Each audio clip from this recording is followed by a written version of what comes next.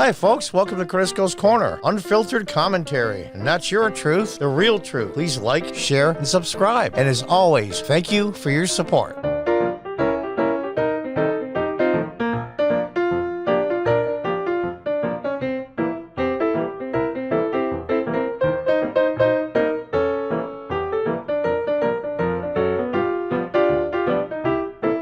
Welcome back from Fox News. Democratic Socialists ignore Cuban protesters rallying against communist dictatorship.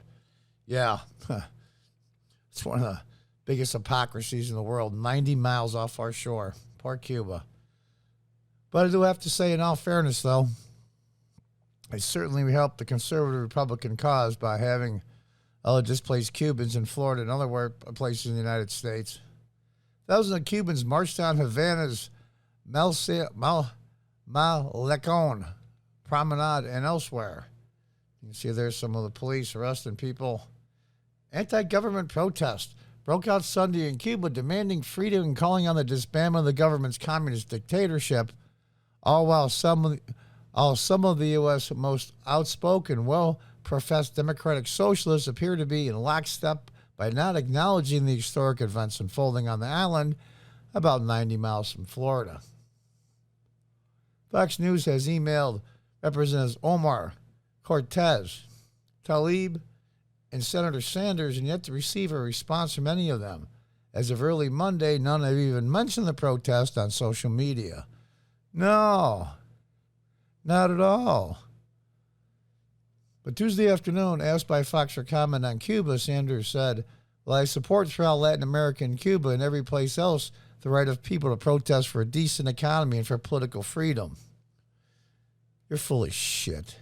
You know, when Bernie ran for president a couple of times, especially the first time the Democrats screwed him over, I actually felt bad for him, even though 99.999% of what he believed in, I strongly disagree on some of the topics that he wanted. But you know what? The guy was himself. He was what he was, and he's been like that since when he was mayor. I think it was Burlington. When he was on Donahue back in the 70s, talking about the city of Burlington taking over the local banks. I mean, I got to give the guy credit. He's been consistent.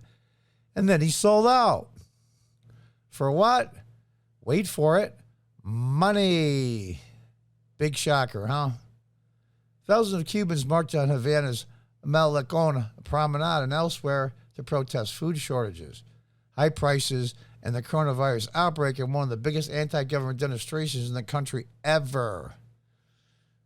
I'm encouraged. Police initially trailed behind all protesters chanting "Freedom, enough, and unite." One motorcycle pulled out a U.S. flag, but it was snatched from him by others. The Biden administration was criticized on social media for appearing to have difficulty finding its footing and how to respond to the protesters. Oh, my God. You know what? I know what Trump would have said. If you get this message, we're with you, people of Cuba. You've been under dictatorship long enough. It's time for it to end. But not this guy. The Biden response? Oh, let's see. Yeah, there it is. I love that crickets button, to tell you the truth. Senator Marco Rubio from Florida took the State Department to task over a tweet that blamed the protest on concerns over COVID-19. Yeah, that must be it. It's either that or it's racism or it's homophobia or transphobia or COVID-19 and blah, blah, blah, blah, blah, blah, blah, blah, blah. I get a sound effect for blah, blah, blah, blah. The protesters chanted, "We want liberty." People in Cuba are protesting 62 years of socialism, lies, tyranny, and misery, not expressing concern about rising COVID cases and death. Why is it so hard for Ed POTUS and the people in his administration to say that? Rubio tweeted. Yeah, good question. Critics will likely say that these democratic socialists are remaining quiet in the early stages of protest because there are so many unknowns. What the hell is there unknown? What's not known? They've been under a dictatorship for longer than half a century. Tens of thousands of their people have been imprisoned, tortured, and jailed. Their economy is in shambles because the Soviets, when they fell in the 90s, they weren't getting the money flow from the Soviet Union anymore. The people that wanted freedom the most and risked their lives are in the United States, at least the ones that get here. And they're out voting Republican. I shouldn't say all, the vast majority. What's to figure out? Cuban President Miguel Diaz-Canel, who heads the Communist Party, has already called on the county's revolutionaries to counter the demonstrators. We are prepared to do anything, he said during a national address. We'll be battling in the streets. Yeah, viva la revolucion. Oh, wait a minute. It's the other side that's revolting. Oh, wait a minute. Hang on. Kill the revolution. He continued, we're calling on all revolutionaries in the country, all the communists, to hit the streets wherever there is an effort to produce those provocations. Oh, God. It's unbelievable. Jake Sullivan, the White House National Security Advisor, took to Twitter to say the U.S. supports freedom of expression. Yeah, horse shit you do. Freedom of expression where? You certainly don't support freedom of expression on social media. An assembly across Cuba and would strongly condemn any violence or targeting of peaceful protesters who are exercising their universal rights. They don't believe in universal rights. They believe in the right that people that agree with them and want to help them politically can do whatever they want. People that oppose you have no rights. Gee, that sounds familiar. This has been an easy relationship between Cuban Americans and the extreme left of the Democrat Party. You know, I know Fox is trying to tone it down a little bit so it don't seem so partisan, but Ocasio-Cortez once took to Twitter to defend progressivism against claims that some of the policies sent minority voters into the Republican column in 2020. The Democrat socialist tweeted, but honestly, when it comes to Latinos, the party's just never seriously made an effort. Are you kidding me? Apparently referring to the Democrat Party, Mexicans, Central Americans, Caribbean, Chicanos, Cubans are not the only input community.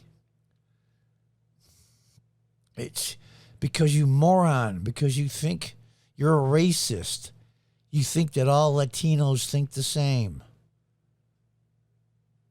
You think that all black people think the same. You think that all women think the same. Black people think a certain way and vote a certain way, and they don't. You call them white supremacists. You're an idiot.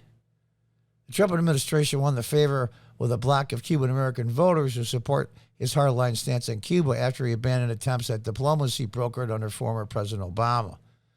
Reimposed economic sanctions and tightened travel restrictions have been relaxed under Obama.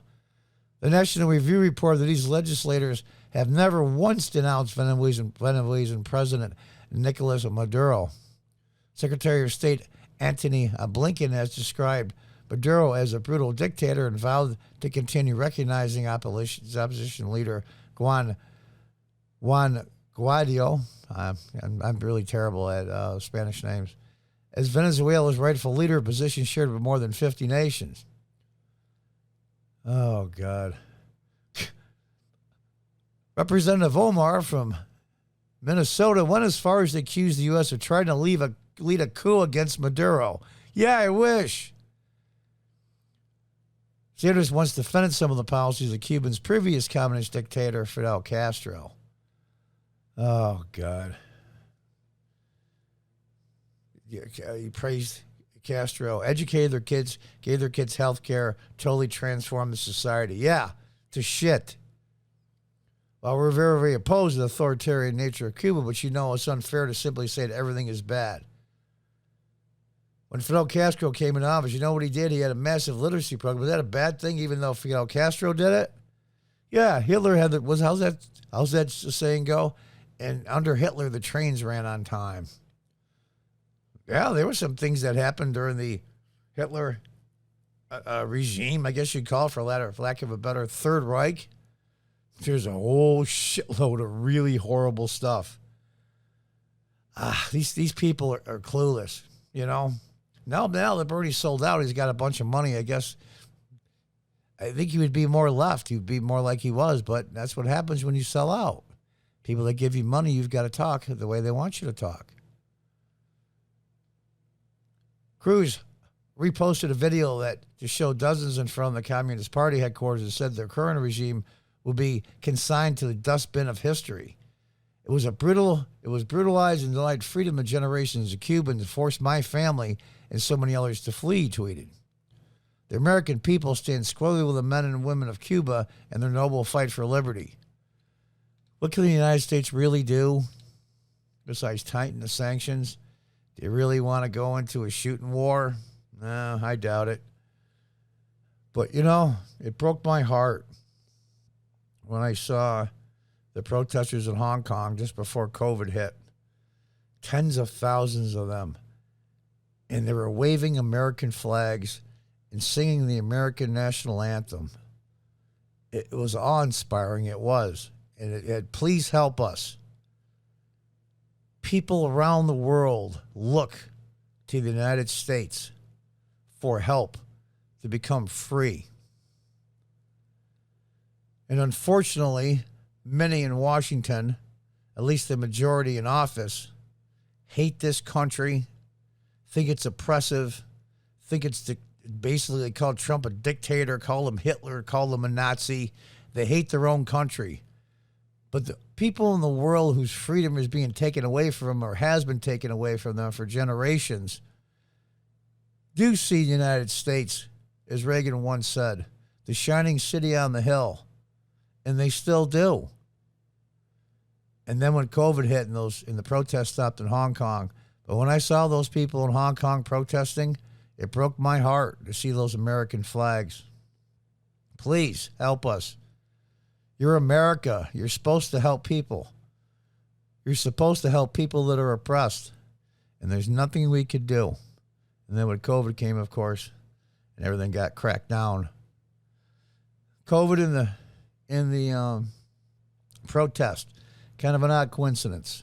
But I can't go on because this video will be pulled down. What can we do to help these people? They say, well, the sanctions, John, are hurting everyday people. That's true in the short term. But in the long term, Russia's not going to give them any money. Maybe China, but I doubt it. China is the only logical communist country, authoritarian country that will help them. Being they're only 90 miles away, we'll have to see. But I do know that China's starting to move in sections in Latin America,